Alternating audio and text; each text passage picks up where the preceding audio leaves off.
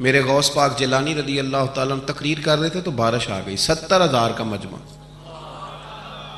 اور بغیر سپیکر کے تقریر، اور جیسی سمجھ پہلے بیٹھے آدمی کو آ رہی ہے ویسی آخری کو بھی آ رہی ہے۔ بارش آ گئی، بارش، اور جل تھل می برسنے لگا تو غوث پاک تقریر کرتے جا رہے ہیں، ہلکے بھی ادھر ادھر نہیں ہوئے، بس 2 جملے کہے تقریر روک، کہنے لگے اللہ تو دلوں کے حال تو جانتا ہی ہے، اگر یہ بندے میں نے اپنے لیے اکٹھے کیے ہیں تو بھگا دے سارے، اور اگر تیرے لیے اکٹھے کیے ہیں تو پھر بھی تیری مرضی ہے۔ لوگ کہتے ہیں یہ 2 جملے تھے کہ کمال تھا۔ پھر بغداد سارے میں بارش ہوتی تھی پر وہاں نہیں ہوتی تھی جہاں غوث اعظم کی محفل ہوتی تھی۔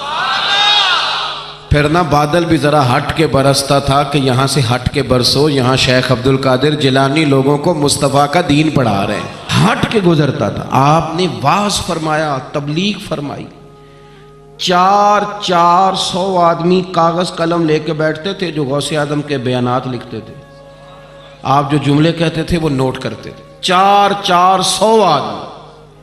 تو سارے تابع دار اس زمانے میں بھی نہیں تھے، اور نہ ہی ہوں تو مزہ آتا ہے، کوئی تھوڑے سے ہوں نا دوسرے بھی تو چلو یہی کہہ لو کہ نظر نہیں لگتی۔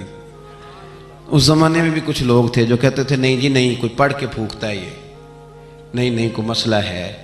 ایک شیخ یحییٰ بن نجاہ تھے، صرف نحو کے امام تھے، تو وہ بھی کہنے لگے، اپنے ایک شاگرد تھے، کہ تیرا پیر کیا سنگاتا ہے لوگوں کو اتنی دنیا جاتی ہے؟ تو وہ مرید تھے نا، شاگرد ان کے تھے، کہنے لگے کوئی نہیں حضرت صاحب، یہ کون سا مشکل مسئلہ، میرے ساتھ چلیں، چل کے دیکھ لیں، تو وجہ میرا محبوب نہیں ڈٹھا جنوں ویکھ کے چند شرماوے، نا چل دیکھ لیتے ہیں، آ جا۔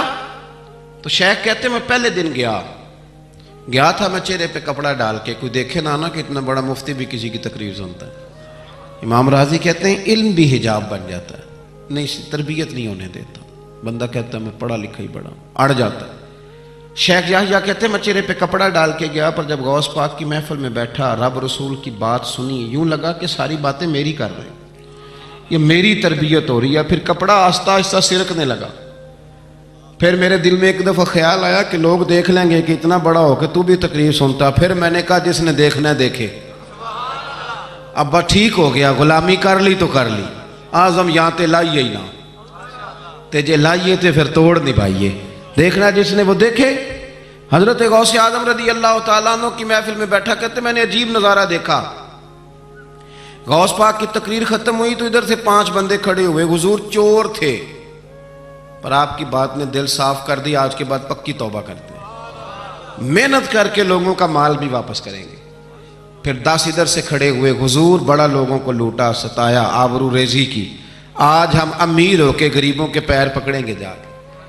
10 وہاں سے کھڑے ہوئے، حضور ہماری ماں روتی رہی پر ہم نے سنا نہیں، پر آپ کے قربان جائیں، جو آج آپ نے رنگ بھرا ہے نا، آج انشاءاللہ تب تک نہیں سوئیں گے جب تک اماں دعا نہ کر دیں، جب تک راضی نہ ہو جائے۔ جب یہ رنگ دیکھا نا، شیخ یحییٰ کہتے ہیں میں تو پھر بدل گیا۔ اگلے دن میں ایک دھاگا لے گیا لمبا سارا، آج میں نے گننا ہے کتنے بندے توبہ کرتے ہیں۔ ہماری محفلوں میں نوٹ گنے جاتے ہیں، نوٹ، اور 3 بندے ہوتے ہیں نوٹ گننے والے، اور شرم آتی، یہ سٹیٹس رہ گیا۔ اب غوث پاک کی محفل میں گنا جاتا تھا کتنے لوگ توبہ کرتے، دھاگا میں لے گیا، چادر میں نے اوڑھ لی، اور جب محفل ختم ہوئی تو میں حضور غوث اعظم کے قریب ہی ممبر کے بیٹھا تھا، 5 بندے کھڑے ہوئے، آج توبہ کرتے ہیں، میں نے 5 گرہیں لگائیں، بعد میں گن لوں گا، یہ طریقہ تھا اس دور میں گننے کا، گرہ لگا لو، گنڈ لگا لو، کہتے ہیں 5 لگائیں، پھر 6 کھڑے ہوئے، جلدی سے 6 لگائیں، پھر 7 کھڑے ہوئے توبہ کرنے والے، کہتے ہیں 6 7 میں لگاتا رہا، پھر 20 25 40 پھر 50 پھر 100 کھڑا ہونے لگا۔ اب میرے لیے گرے لگانی مشکل ہو گئی، میں کبھی بندے گنوں، کبھی غوث پاک کو دیکھوں، کبھی دھاگا دیکھوں۔ جب میں پوری طرح الجھ گیا نا تو حضور غوث اعظم نے کرم کی نظر ڈالی اور فرمانے لگے یحییٰ یار تو نے عجیب کام شروع کیا ہے، میں دلوں کی گریں کھولتا جاتا ہوں، تو لگاتا جاتا ہے، میں یہاں گریں کھول رہا ہوں اور تو لگا رہا ہے، اور پھر بھی اپنی کرامت نہیں بنائی، فرمانے لگے یہ میری وجہ سے توبہ نہیں کر رہے، یہ خدا کے فضل سے کر رہے ہیں۔ اور فرمایا یحییٰ خدا کا فضل گنا نہیں جا سکتا، وہ شمار نہیں کیا جا سکتا۔ 5000 یہودی اور عیسائی غوث اعظم فرماتے ہیں وہ تو وہ ہیں جنہیں میں جانتا ہوں جو میرے ہاتھ پہ کلمہ پڑھ کے مسلمان ہوئے۔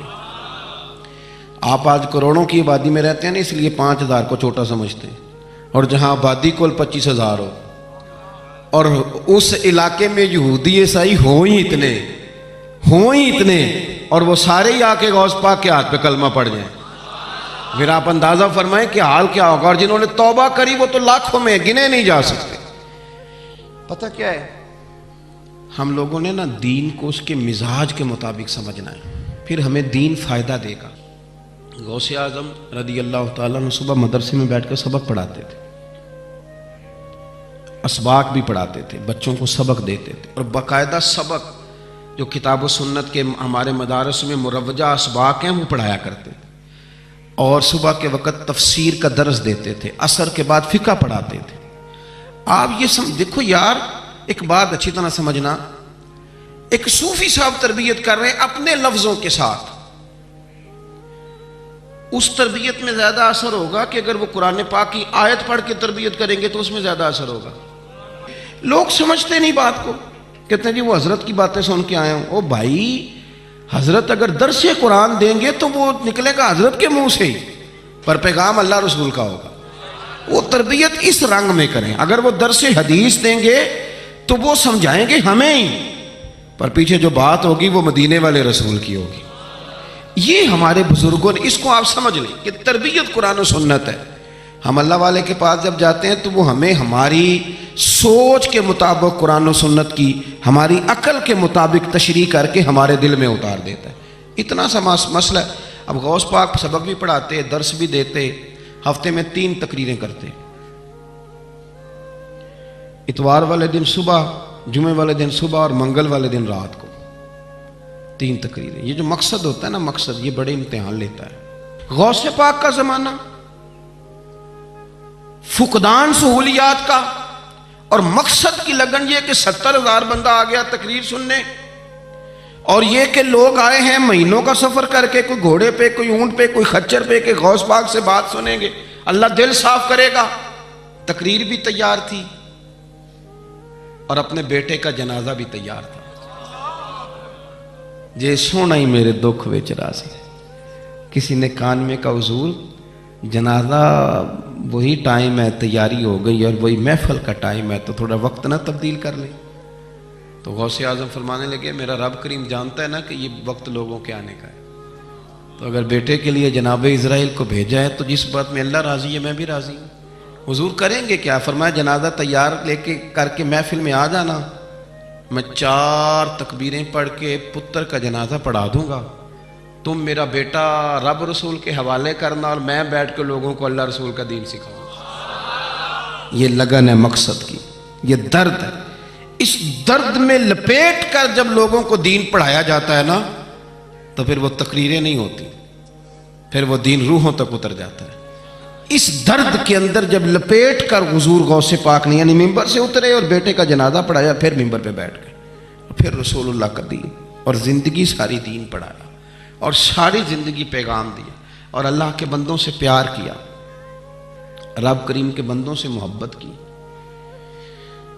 غوث اعظم رضی اللہ تعالیٰ عنہ کشتی جہاں چلتی تھی نا دجلہ کے کنارے، وہاں کھڑے تھے تو ایک غریب آدمی رو رہا تھا، تو غوث اعظم رضی اللہ تعالیٰ عنہ نے اسے بلا کے کہا کیوں روتے ہو؟ کہنے لگا حضور غریبی مستقل رونے والا مضمون ہے، یہ موضوع ہی رونے والا ہے، سب روگاں دا روگ محمد جس دا نام غریبی، کنڈ بلا کے لنگ جان دینی دوست یار قریبی، یہ عنوان ہی رونے والا ہے، میں کیا کروں؟ فرمایا کیا ہوا؟ عرض کی حضور غریب ہوں، کرایہ کوئی نہیں تھا، بیٹھ گیا ہوں کشتی پہ، ملا مجھے جانتا ہے میرے محلے کا ہے، میں نے اسے کہا پیسے بعد میں لے لینا مجھے سفر کرا دے، لیکن اس نے کہا میں نے مفت خوروں کے لیے کشتی نہیں بنائی، نیچے اتار دیا۔ حضور چلو نہ لے جاتا بات الگ تھی، لیکن سارے محلے داروں میں جو میری ذلت ہوئی وہ مجھے بڑی تکلیف کر گئی۔ غوث پاک نے خالی تسلی نہیں دی، میری تھپکی نہیں دی، گھر گئے 100 دینار لائے، ملاح کو بلایا، اس کو 100 دینار تھما کے فرمانے لگے آج کے بعد جو غریب آئے نا اسے رسوا نہ کرنا، اسے عبد القادر جیلانی کے کرائے پہ سفر کرا دیں۔ اسے عبد القادر جیلانی کے کرائے پہ سفر کرانا، یہ کرایہ، اور جب ختم ہو گئے تو پیسے اور بھی دوں گا۔ لوگوں سے پیار کیا، اللہ کے بندوں سے محبت فرمائی، آنے والوں کا خیال رکھا۔ اب ایک مسئلہ ہے بدگمانیوں کا، اس کا علاج کوئی نہیں، بدگمانیوں کا کوئی علاج نہیں۔ کچھ لوگوں کو اس دور میں بھی بدگمانیاں تھیں کہ دیکھو اتنے سارے جناب تحفے تحائف اور فلانی شہر، لوگوں کو تحفے آتے نظر آتے ہیں، واپس جاتے نظر نہیں آتے۔ لوگوں کو آتے نظر آتے ہیں پر واپس جاتے نظر، اور بڑا بڑا مسئلہ ہوتا ہے، آپ کو ہر چیز کا حساب کتاب دینا پڑتا ہے اور آپ بڑی مشکل میں آ جاتے ہیں۔ غوث پاک نے نا 100 گھوڑے، ملا علی قاری نے لکھا 100 گھوڑے غوث پاک نے اکٹھے خرید لیے، خریدے بھی ذرا عربی نسل کے۔ ترجمہ کرا اج دا کی بنتا ہے اس گل دا، یعنی 1.25 کروڑ والی پجارو تے وہ بھی 100، بڑی مشکل میں نہیں آ جاتے دیکھنے والے۔ 200 مولوی صاحب دا کی کام ہے، انیاں گڈیاں وہ کٹھیاں وہ ہے گل۔ تو غوث پاک نے 100 گھوڑے کٹھے ہی، یہاں ایک روایت ہے کہ 50 گھوڑے عربی نسل کے مہنگے، اس دور میں وہی عربی نسل کے گھوڑے کمانا وہی تھا جو آج آپ کے آنا لینڈ کروزر کمانا ہے۔ ایک غوث پاک کا مرید تھا، تو ایک شخص سے کہنے لگا چل میں تجھے اپنے پیر صاحب سے ملا کے لاؤں۔ ملا علی قاری نے اس کو لکھا ہے، تو وہ کہنے لگے میں نہیں جاتا پیروں کے پاس۔ اس نے کہا چل تو صحیح، وہ لے آیا۔ پہلے دن داخل ہوئے تو غوث پاک کے استبل میں 50 گھوڑے بندھے ہوئے۔ پہلا ہی شکوہ، کہنے لگا یار غصہ نہ کرنا، یہی ہوتی ہے نا باتیں، اسٹائل بھی یہی ہوتی، غصہ نہ کرنا، ویسے ایک گھوڑے سے بھی کام چل ہی سکتا ہے۔ آپ کو پتہ ہے نا، بڑا بڑا لوگوں کو یاد آتا ہے غریبوں کی بچیاں اور فلانی شے اور غریب، اور یہ بڑی بڑی چیزیں یاد آ، اس کو بھی یاد آ، غصہ نہ کرنا۔ میں اب اس بیچارے کے پاس جواب بھی کوئی نہیں تھا کہ حضرت صاحب بات تو ٹھیک ہی ہے، لیکن جب آپ کسی کے ہاتھ پہ بیعت کر لیتے ہیں نا، پھر آپ کا ان کہانیوں میں الجھنا بنتا نہیں۔ پھر آج یہ تو باتیں پہلے کی تھی نا، سوچتے پہلے تو بات ہو گئی، اب تو عمل کرنا ہے۔ تو ہوتے ہیں کچھ کچے بندے بھی بیچارے جو ساری زندگی سیدھے سیدھے ہونے میں ہی ٹائم گزار دیتے ہیں، اور جب تک پکے ہوتے ہیں تب تک کام ہی کھرا ختم ہو جاتا ہے۔ غوث پاک کا وہ مرید کہنے لگا یار بات تو تیری ٹھیک ہے، پر چلو میں پتہ کروں گا 50 کیوں ہیں۔ آئے ملے، لیکن وہ روز تانگ کرتا وہ بندہ۔ پھر پوچھا پیر صاحب سے 50 گھوڑے کیوں رکھے ہیں؟ پھر پوچھا پیر صاحب سے۔ یہ اس شخص نے لکھا ہے جنہوں نے مشکات کی شرح بھی لکھی ہے۔ میں صوفی درویش کی بات نہیں کر رہا، ایک محدث کی بات کر رہا ہوں جنہوں نے بات لکھی ہے۔ فرمانے لگے وہی بندہ اعتراض کرنے والا بیمار ہو گیا، جگر میں کوئی ایسی تکلیف ہوئی کہ بغداد کے سب سے بڑے طبیب نے کہا کہ تیرا علاج صرف ایک صورت میں ممکن ہے کہ عربی نسل کا گھوڑا ہو، اسے ذبح کریں گے، اس کا جگر نکالیں گے، وہ تجھے کھلائیں گے دوائی میں، اور 50 گھوڑے ہوں گے تو ٹھیک ہوگا۔ اب مسئلہ جب یہاں تک پہنچ گیا تو مرتا کیا نہ کرتا۔ پھر اپنے اسنگی سے کہنے لگا چل پیر صاحب کے پاس۔ اس نے کہا میں نہیں ہوں جانا۔ اس نے کہا نہیں تیری مہربانی، تو کوئی کسی اور چیز پہ بھی تو اللہ کا واسطہ۔ وہ مانیں گے ہی نہیں۔ اس نے کہا پیر پکڑوں گا، میں منت کروں گا، میں خدا رسول کے واسطے دوں، ایک دفعہ چل ورنہ مر جاؤں گا۔ اب مرنے والا بندہ کیا کرے جب موت سامنے نظر آئے؟ تو گیا غوث پاک کے پاس اور کہتا ہے سارے رستے سوچتا گیا کہ پیروں پہ سر رکھوں گا، پگڑی اتاروں گا، یہ کروں گا، منت کروں گا، ماں کی بات سناؤں گا، اپنی بہنوں کا واسطہ دوں گا، بڑا کچھ کروں گا، حضور اس کے صدقے مان جائیں، چھوٹے بچوں کی بات سن، سارے رستے تیاری کرتا گیا۔ لیکن جب غوث پاک جیلانی کی ڈیوڑی میں قدم رکھا تو شیخ عبد القادر جیلانی دیکھ کے مسکرائے، فرمانے لگے او یار تجھے بڑا شکوہ تھا میرے گھوڑوں پہ، اصل میں نا تو ایک دن میری گلی سے گزر رہا تھا، میں نے تیرے ماتھے پہ نظر ڈالی تو سمجھ آ گئی تو بیمار ہو جائے گا، اور تیرا علاج بھی 50 گھوڑوں سے ہوگا۔ میں نے 50 کیا کرنے تھے، میں نے تو تیرے لیے منگا کے رکھے ہوئے ہیں۔ کچھ تو مجبوریاں رہی ہوں گی، یوں ہی کوئی بے وفا نہیں ہوتا۔ او خدا کے بندے تیرے لیے رکھے ہیں، فرمایا چارہ ڈالنے کی بھی ضرورت نہیں، وہ میرے مرید ہی ڈالیں گے، تو روز آیا کر، ایک لے جایا کر، اپنا علاج کرا۔ کرنے لگا حضور مرید کر لیں۔ فرمانے لگے جو اتنے امتحان لے کے بیعت کرے اسے نہیں کیا کرتے، تو مرید ہی ہے، تو لے جا کھا۔ اور اپنا آج تک لوگوں کو بدگمانیاں ہوتی ہیں، اور جو عمل کرنے والے تھے، اللہ والوں کی بات ماننے والے تھے، وہ بات مان کے درجات بھی لے گئے، اور جو کہانیوں میں تھے وہ بیچارے آج تک کہانیوں میں ہیں، ابھی تک ان کا الجبرا اور ہندسہ کا رزلٹ کوئی نہیں آیا، ابھی تک یہاں کہانیاں۔ ان بزرگوں کی تعلیمات پر عمل کریں۔ غوث پاک رضی اللہ تعالیٰ عنہ کی ساری زندگی پڑھو گے تو جو چیز سب سے زیادہ نظر آئے گی، حضور غوث پاک رضی اللہ تعالیٰ عنہ نے نبی پاک صلی اللہ علیہ وسلم کی اتباع میں وقت گزارا ہے۔ کچھ بندے اللہ کے بڑے خاص ہوتے ہیں، حضور غوث پاک رضی اللہ تعالیٰ عنہ کو اللہ نے اعزاز عطا فرمایا، شان عطا فرمائی کہ غوث اعظم درمیان اولیاء جو محمد درمیان انبیاء۔ اس طرح نبیوں میں رسول کریم کا مقام ہے نا، اس طرح ولیوں میں غوث پاک جیلانی کا مقام ہے۔ حضور غوث پاک رضی اللہ تعالیٰ عنہ کو اللہ نے کئی اعزازات دیے۔ سب سے بڑی بات یہ کہ اللہ نے انہیں کرامات عطا کی۔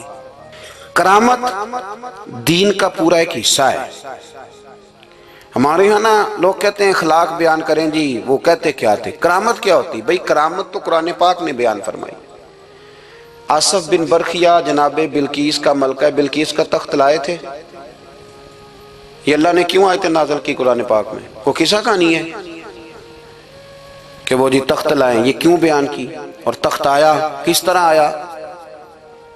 انہوں نے کہا کہ آنکھ جھپکنے سے پہلے آ جائے گا، پھر آیا کہ نہیں آیا؟ ان سے پوچھا یہ کیسے آیا؟ کہنے لگے ھذا من فضل ربی۔ او سنگیو، صرف حضرت سلیمان علیہ السلام کا امتی تخت لا سکتا ہے، نبی پاک کا غلام نہیں لا سکتا؟ یار آپ نے کرامت کا انکار کر کے اپنے آپ کو کمزور کر لیا۔ اور نہیں جی نہیں، یہ کیسے ہو؟ کیا مطلب ہے اس کا؟ آپ سورہ نمل روز پڑھیں اور جناب سلیمان علیہ السلام کے امتی کی شان بیان کریں کہ وہ آنکھ جھپکنے سے پہلے 80 گز اونچا، 80 گز چوڑا، 80 من وزنی تخت آنکھ جھپکنے سے پہلے لے آئے۔ کسی بندے کا ایمان خراب نہیں ہوتا۔ اور میرے غوث پاک جیلانی، یہ وہ بندے ہیں جن کے بارے میں نبی پاک نے فرمایا کہ میری امت کے علماء بنی اسرائیل کے نبیوں کی طرح ہیں، امتیوں کی طرح نہیں۔ کن کی طرح؟ نبیوں کی طرح، نبیوں کی طرح۔ حضرت غوث پاک رضی اللہ تعالیٰ عنہ ہم کو ملانگ لوگ نہیں ہیں، الحمدللہ تعالیٰ ہم تو غوث پاک کی کرامت بھی مانتے ہیں پر قرآن و سنت کی اینک لگا کے مانتے ہیں۔ یہ میری بات سمجھ لیں۔ حضرت غوث پاک رضی اللہ تعالیٰ عنہ طالب علموں کو سبق پڑھا رہے تھے، تو سبق پڑھاتے پڑھاتے نا ہاتھ آگے بڑھایا تو اچانک ہاتھ واپس آیا تو گیلا ہو گیا تھا سارا۔ تو شاگرد بھی بڑے سیانے ہوتے ہیں، انہوں نے سبق چھوڑ دیا، استاد جی کے گیلے بازو کو دیکھنا شروع کیا۔ حضور یہ کیا ہے؟ تو غوث پاک بھی غوث پاک تھے۔ ہر بندے کا ہاضمہ اتنا اچھا نہیں ہوتا کہ اس کو ہر بات ہضم ہو جائے، کئیوں کو بد ہضمی بھی بڑی سخت ہوتی ہے، کھٹے کھٹے ڈکار آتے ہیں بات سن کے، کانوں سے دھواں بھی نکلتے ہیں کئی دفعہ۔ تو انہوں نے پوچھ لیا فٹافٹ کہ حضور یہ کیا ہوا؟ تو غوث پاک کو پتا تھا کہ سب کا ہاضمہ ٹھیک ہے۔ میاں صاحب نے بھی کہا تھا خاصاں دی گلامہ آگے نہیں مناسب کرنی۔ اگلا شعر میں نہیں یہ پڑھنا کیونکہ زیادہ ڈاڈ ہے تو میں ادھر ہی رہتا ہوں، اتنا ہی کافی ہے کہ خاصاں دی گلامہ آگے نہیں مناسب کرنی۔ انہوں نے کہا حضور یہ کیا ہے؟ تو آپ فرمانے لگے تمہارے والی بات نہیں۔ اللہ اکبر۔ ابھی سبق پورا ہو رہا تھا تو بندے دوڑے دوڑے آ گئے اور انہوں نے نعرے لگانے شروع، یا غوث یا غوث یا غوث۔ لوگ کہتے ہیں غوث پاک سے ملتا نہیں، میں کہ ٹھیک آندے انہوں نہیں نہ ملیا، جنہوں ملیا اس تے رولا پانا نہ بڑا ملیا ہے بڑا ملیا ہے بڑا ملیا ہے، اپنا اپنا معاملہ نا۔ کسی نے کہا حضور کچھ نہیں دیتے، تو کسی نے کہا میرے کریم سے گر قطرہ کسی نے مانگا، دریا بہا دیے در بے بہا دیے، جس کو ملا ہے وہ تو شور کرے گا۔ تو تھوڑی دیر کے بعد ہی بندے پہنچ گئے، انہوں نے آ کے یا غوث کے نعرے بھی لگائے، وہ مچلے بھی، وہ روئے بھی، وہ قدم بھی چومے، اپنے مقدر پہ ناز بھی کیا۔ شکر ہے اللہ کا، اللہ نے ہمیں آپ کا غلام بنایا، شکر ہے۔ تو طالب علموں نے پوچھا ہوا کیا؟ کہنے لگے کشتی میں بیٹھے تھے تو ڈوبنے لگی تھی، تو ہم نے کہا کہ ہم تو غوث پاک کے ماننے والے ہیں۔ تو پھر حضور غوث اعظم کا دست مبارک نمودار ہوا ہے اور کشتی کو پکڑ کے کنارے لگا دیا ہے، کشتی کو پکڑ کے کنارے لگا دیا ہے۔ ایک قریب کہنے لگا یہ کیسے ہو سکتا ہے؟ تو دوسرا اس کی کمر پہ تھپکے دے کے کہنے لگا ویسے ہی ہو سکتا ہے جیسے آصف بن برقیہ کے ذات ہوا تھا، بالکل ویسے ہی ہو سکتا ہے۔ سیدنا غوث اعظم کی کرامات اتنی متواتر کے ساتھ ہیں کہ ملا علی قاری فرماتے اتنی تو کرامتیں سنی نہیں جتنی غوث پاک کو اللہ نے عطا فرمائی۔ رب کریم نے انہیں درجہ دیا، وقار دیا، ان کی دعاؤں کو قبولیت دی، اللہ نے انہیں اعزاز کے ساتھ نوازا، اللہ نے ان پر فضل فرمایا۔ ایک تاجر تھا تو ملک شام جاتا تھا اکثر تجارت کرنے کے لیے، مال کما کے لاتا، غریبوں کی بھی مدد کرتا، مدارس کی، مساجد کی، سب جگہ جہاں دین کی ضرورت ہوتی پہنچتا۔ ایک بغداد میں اور درویش بھی گزرے جن کا نام شیخ حماد ہے، وہ بھی بڑے درویش تھے۔ وہ تاجر شیخ حماد کے پاس گیا، کہنے لگا میرے لیے دعا کر دے، میں جا رہا ہوں سفر کے لیے۔ تو انہوں نے کہا میں صبح بتاؤں گا۔ استخارہ کیا، صبح کہنے لگے نہ جانا، تیرا مال بھی لٹ جائے گا اور تو قتل بھی ہو جائے گا۔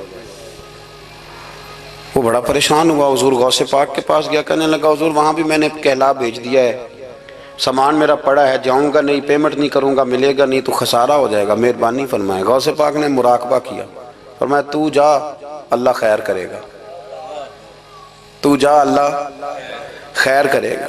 مرید کا عمل کے یقین، پیر کا عمل کے یقین، چلے آپ فیصلہ کر لیں تو میں آگے بڑھتا ہوں۔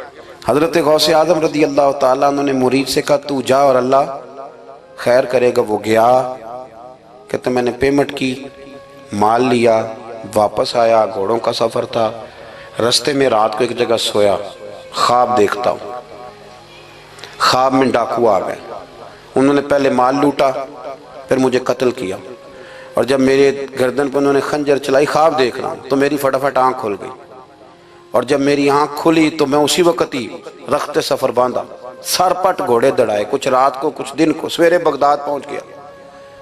کہتے خیال تھا کہ پہلے غوث پاک کے پاس جاؤں گا، لیکن پہلے شیخ حماد سے ملاقات ہو گئی، میرا چہرہ دیکھا، پریشان تو دیکھ کے مسکرائے، فرمانے لگے بھی تیرا پیر بڑا شاندار ہے، تیرا پیر بڑا شاندار ہے۔ وہ کام جو حقیقت میں ہونا تھا نا، حقیقت میں انہوں نے دعا کی ہے تو رب کریم نے اسے خواب بنا دیا ہے، ان کی دعا کی برکت سے اللہ نے اسے۔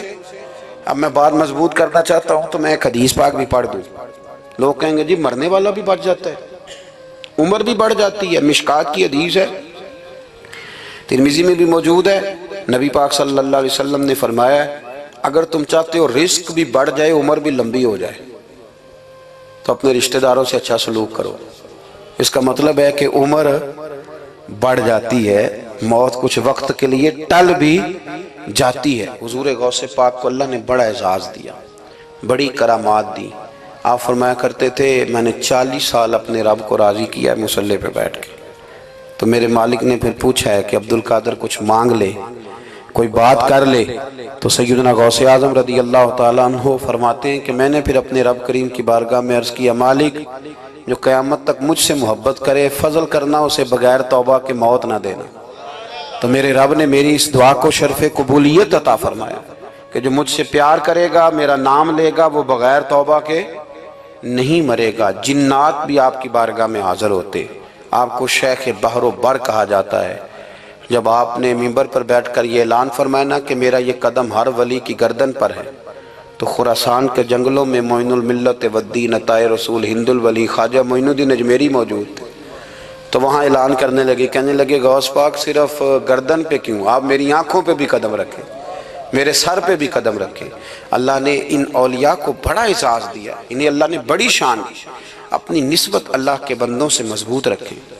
ضروری نہیں کہ آپ کسی جگہ مرید ہی ہوں گے تو آپ کی نسبت مضبوط ہوگی، آپ خواجہ معین الدین سے پیار کریں، آپ حضرت بہاؤالحق نقشبند بخاری سے پیار کریں، داتا علی اجویری سے پیار کریں، آپ غوث پاک جیلانی سے، آپ اللہ کے نیک بندوں سے محبت کریں، ان کا تذکرہ سنیں۔ اب تو پوری مہم چلی ہوئی ہے اللہ کے بندوں کے خلاف، لوگوں نے ایسا وار چلایا کہ بس جی کچھ بھی نہیں جی آپ چھوڑیں، آپ ڈائریکٹ کتاب و سنت کو پڑھیں، کوئی بھی نہیں جی، کوئی ولی نہیں، تو پھر وہ جو اتنی آیتیں ہیں، وہ حدیثیں، وہ سارا کچھ، اس کا مطلب ہے امت میں ولی ہوتے ہی نہیں۔ تو الا ان اولیاء اللہ لا خوف علیہم ولا هم یحزنون کا کیا معنی ہے؟